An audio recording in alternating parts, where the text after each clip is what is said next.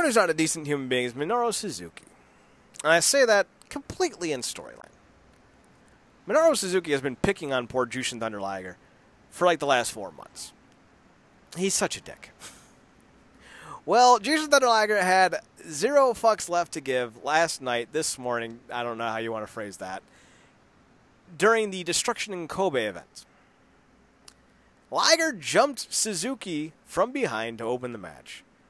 Suzuki-gun brawled with Liger, but were eventually broken up by Yoshi Tanahashi, Rocky Romero, and Tiger Mask, if I remember correctly.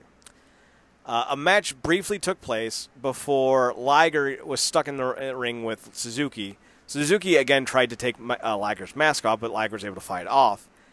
But then Liger did the most unexpected thing possible, and he took his own mask off, revealing the sinister face of Kishin Liger. Now, there was a 2012 Kishin Liger sighting. I don't know of it, so I won't speak of it. But the more infamous one, I believe, was from 1996, where Jushin Thunder Liger was taking on top heel Great Muta in one of the best Japanese wrestling matches you'll ever see, because it was all King's Road. It was all just drama. And Muta kept trying to hurt Liger. So I think he had like a screwdriver, and he tried to rake Liger's mask and tear it open, but when he did, Liger ripped the mask off and ripped off his bodysuit to reveal a painted face, and the fans went ape shit for this. And then he beat the shit out of Muta and actually got himself DQ'd. So this is Liger's demon form. Oh my God! I just watched the clip. It's like a putty. That was like, screw it, I'm the monster this week. Which clip, from 96 or from last night? Last night. Oh yeah, yeah. He went full putty mode on Suzuki. So he rips it all off, and he's got like just the greatest fucking face paint underneath it. He looks like the Joker meets Prince Orm or King Orm, because he got the little black crowns on his head.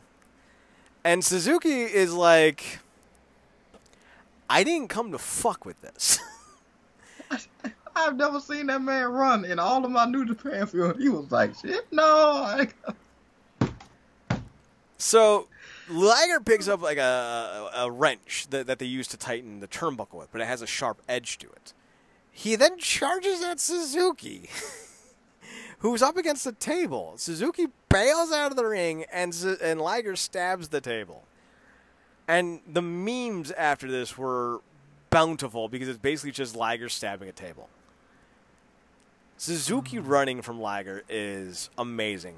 This whole segment made Destruction in Kobe amazing.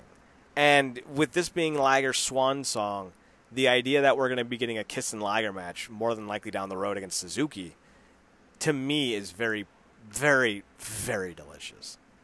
Marcus, I know we're at varying degrees of attachment and involvement throughout New Japan over the last 20 years.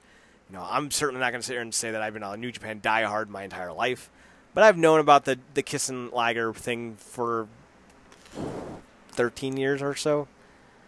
So I'm not surprised if people don't. It's a very cool scene. You know, I'm a big Liger and a big Muta guy, so it's one of my favorite Japanese wrestling moments, one of my favorite wrestling moments, period. But seeing this, you know, even without the context of the Muta, what the fuck? The Muta stuff. How do you feel about this? I love it. And I almost love it even more to the fact, it sucks that I didn't have that historical context, but again, it's just so much stuff to intake. But you know, this is credit to New Japan. Even if you didn't have historical context, it really just came off like this legend has been getting bullied by this evil a-hole, and he just said, F it. This is your gear, evil? Hold my beer. Hold my beer. And the reason why you probably said Muta, because you probably was thinking of mutilation, because that's what almost happened. This is brilliant. I almost feel like it hits me from a more enjoyment perspective, because I never knew anything about Kishin Thunder Liger. So now I'm like, oh my God, this old man turned into a freaking demon. Just because, you know, Liger's supposed to be on his way out in this whole thing. He's always been this nice, good, consistent guy under this mask who if you just got into the Liger from the last few years through New Japan, you haven't seen him without his mask. So for you, this is like I said, like one of the putties kicking the Power Rangers ass in the park and then turning to the mo. It's phenomenal. And that's the thing that I think is always interesting. Why didn't they ever go with that storyline? That would have been interesting. Having a putty. Yeah. Yeah. That would. Yeah. Cool. I don't know.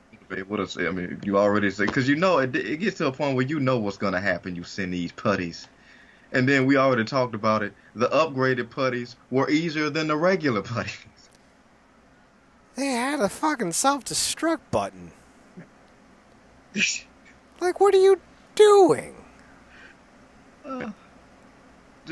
Just watching freaking Minoru run from somebody makes the entire pay-per-view worth it. The entire show, it makes the entire show worth it. It does. It truly does, folks. The end of the show featured a title bout. It was Jay White versus Tetsuya Naito. Not gonna sit here and say that it's the greatest match of all time, because I'm not a big Naito guy, not a big Jay White guy, but it was fine. If you're a fan of the guys, they did exactly what you'd want them to do. So I think that's relevant. I think that's a good thing. Marcus, Jay White has definitely gotten over as a heel in New Japan. That's pretty clear because when he won, probably a third of the arena had already left by the time he took the mic because they were that upset that Naito lost to Jay White. Do you like that kind of booking? The putting over the heel that the fans definitely don't like, so they react kind of booking?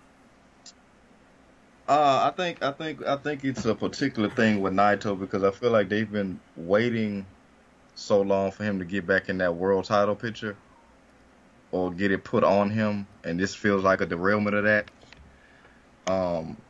That's just my perspective. I feel like the fans might be taking it from that perspective when it comes to Naito. Like, oh my God, they've knocked him down yet again, and I get that the thrill is in the chase, but I think they're just kind of getting exhausted with him getting back to that point. But it does speak, volumes for Jay White that he's reached his point when, for the most part, and I want to get your take on this too. I'm pretty sure this is the type of thing that they wanted to happen while he was world champ. Mm-hmm. In terms of reaction. So when you talk, you got to say that guys improved for him to get these. You don't usually see people walking out of these shows. These aren't like Americanized fans. They're very respectful of the art and the craft and of the people in the ring, even if they aren't necessarily supporters, if you will. They respect the art and what they do. So for them to get up and walk out, I think it speaks to another underlying narrative, just to me, than just like we hate Jay White. I 100% agree, like verbatim. I'm sending you something, by the way. I'll provide context with what I just sent you in a second. With Jay White, having him be the top heel makes sense because I do believe they're going to go into Wrestle Kingdom with Kota Ibushi versus Jay White for night 1 for the Intercontinental title, and then Kota Ibushi versus Kazuchika Okada in a winner-take-all match. That's how I see Wrestle Kingdom going. I think they want to put both belts on Kota Ibushi. So it makes sense to have someone so disdained like Jay White headline one of the shows against Kota Ibushi, who's arguably like one of the trio or quads, something like that, of the most popular guys in New Japan, be it Tetsuya Naito, Kazuchika Okada, Kota Ibushi, obviously, and Hiroshi Tanahashi. So you got Tana, you got Kota, you got Kaza, and you got Naito. Yeah, it makes sense that that's what they're going to try to do if that's where they're going. Keeping heels strong is a good idea, and having heels win clean is a good idea because it just reinforces that they're despicable, and that's a very easy reason to hate them. So I love it. I just 7:38 in the morning, I not sleeping all day. Maybe I wasn't the best objective reviewer for that match because it was fucking late, man. So some little minor notes I want to talk about because again, Wrestling Underground, talk about things no one else talks about. First and foremost, Pro Wrestling Noah has a brand new championship belt, which I just sent you. In an era where Ring of Honor has a flat matte finish design for their belts that is smooth to the touch, I appreciate anyone who's actually going to go out of their way to have a engraved faceplate with ridges and valleys and such. Like, I love this belt. This belt's so much better than their original belt. Yeah, I dig it. This kind of reminds me, New Japan put like some new shine on. They did similar things with the IWGP Heavyweight and the Intercontinental. They kept, like you said, the ridges and the definitions of the title, but they put a new shine on it. Mm-hmm. They add a little silver to it. Yeah, and it actually looks like a championship belt, and it looks unique to that organization. Like you said, with Ring of Honor, it kind of comes off like damn near like a belt buckle. Yeah, it's like a smooth finish that doesn't have any definition to it. Yeah, at all. I loved their other one because it was unique, definitive, and it felt like visually it carried the history that the company has always touted. Are you talking about the more rounded one that they just replaced, or are you talking about the first one? The rounded one that they replaced, that kind of had the Golden Eagle belt style. Yeah, in that regard. So I thought that title was great, but again, and then they went with that shiny, just gloss over tack on for all their titles. So it just don't look like I liked the TV title the way it was, and because it was even shaped differently than the other titles. Mm-hmm. But which again made the stuff unique and made the individual titles unique, but.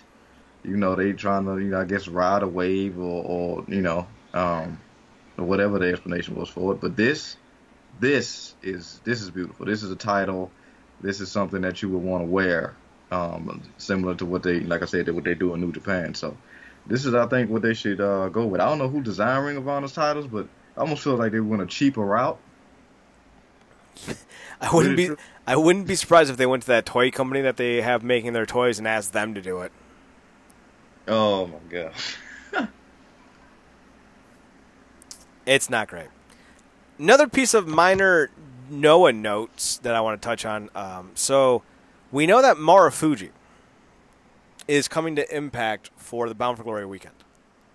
Naomichi Fuji. This is a big deal in Pro Wrestling Noah. He's kind of viewed as their Tanahashi. He's the older ace of the promotion. Well, they just announced that on November 2nd in Sumo Hall, Fuji will take place, will wrestle against the Great Muta. And what's interesting about this is the Great Muta is a freelancer at this point in his career, and I think he's like 56. But he did the press conference as Keiji Mutoh, his real name, and Keiji Mutoh said that he is now the agent for Great Muta. That's like Joseph Park saying he's now the agent for Abyss. And I think that's hilarious. I love it, and I'm here for it. And I cannot wait to watch this match. Hopefully it gets streamed, and we can watch it. But I'm excited for this. I know Muta can't go like he once did, but I'm excited. You've seen Fuji wrestle. We've seen Bound for Glory and Slammiversary when he wrestled for them back in 2017. And we'll see him again in October. Yep. Are you excited about the prospect of a 56-year-old Muta versus a 40-year-old Fuji? I dig it. Like I kind of know what it is. And while these guys can't go at the level that they once did, they can go. And that thing about him being his own agent is hilarious because, and this is, I guess, for younger wrestlers to take note. If you're going to do something like that, in that realm of a potential character that you want to do for a long period of time, there has to be distinction between those characters. Right, like I think we talked about it before, like people who have had alter egos and they turn into these alter egos and there's really no difference. I feel like that's a with him. slight dig at Finn Balor. Yeah, I was going to allow potential. I was going to bring up Hardy, but I feel like there was. I mean, Willow was clearly on some other stuff when from regular Jeff Hardy. But yeah, Finn Balor is one of those guys. Maybe one of Mick Foley's personas. I don't know. Not as deeply rooted in all of them, but there just has to be distinction. So I think it's hilarious that he'll be his own agent and the potential for him to fight Mark Fuji. I just think it's. I mean, look, they just age so well, even with all the stuff they put their bodies through. That a lot of times, because by now over here, a lot of these guys will damn near be in a home somewhere.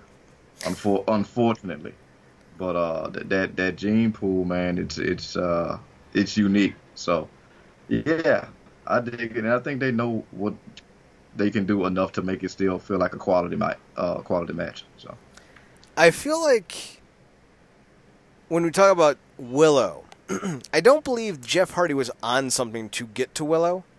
I think Jeff Hardy stopped taking something to get to Willow.